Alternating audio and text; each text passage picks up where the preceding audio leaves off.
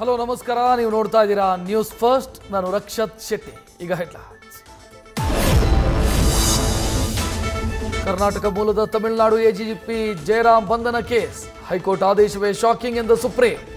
ಬಂಧನದ ಆದೇಶ ಪ್ರಶ್ನಿಸಿ ಸಲ್ಲಿಸಿದ ಅರ್ಜಿಯ ವಿಚಾರಣೆ ನಾಳೆಗೆ ಮುಂದೂಡಿಕೆ.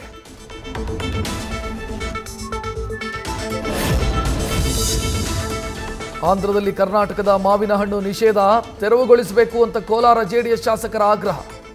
ವಿಧಾನಸೌಧದ ಗಾಂಧಿ ಪ್ರತಿಮೆ ಎದುರು ಶ್ರೀನಿವಾಸಪುರ ಶಾಸಕ ವೆಂಕಟ ಶಿವಾರೆಡ್ಡಿ, ಕೋಲಾರ ಶಾಸಕ ಸಮೃದ್ಧಿ ಮಂಜುನಾಥ್ ಪ್ರತಿಭಟನೆ.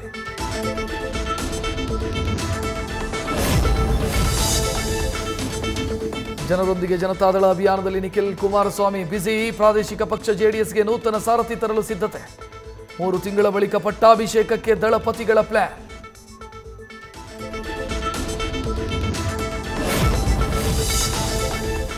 ನಿಮ್ಮ ತಾಯಿಯೇ ದೆವ್ವವಾಗಿ ಕಾಡ್ತಿದ್ದಾಳೆ ಅಂತ ಕತೆ. ಮಹಿಳಾ ಜ್ಯೋತಿಷಿ ಸೀಮಾಳಿಂದ ಕಷ್ಟ ತೋಡಿಕೊಂಡ ಆಕೆಗೆ ವಂಚನೆ. 28.75 ಲಕ್ಷ ರೂಪಾಯಿ ಪೀಕಿ ಎಸ್ಕೇಪ್. ಇದು ಬಾಗಲಕೋಟೆಯ ದೋಖಾ ಕಹಾನಿ.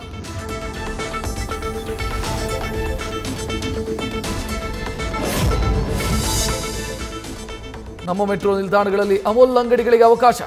ಕನ್ನಡಿಗರ ವಿರೋಧದ ಬೆನ್ನಲ್ಲೇ 8 ನಿಲ್ದಾಣಗಳಲ್ಲಿ ನಂದಿನಿಗೆ ಅವಕಾಶ ಕೊಡ್ತೀವಿ. 2ರಲ್ಲಿ ಅಮೂಲ್ ಸ್ಟಾಲ್ ತೆರೆದಿದ್ದು ಬದಲಾಯಿಸೋದಕ್ಕಾಗಲ್ಲ ಅಂದ್ರು ಡಿಸಿಎಂ ಡಿಕೆ.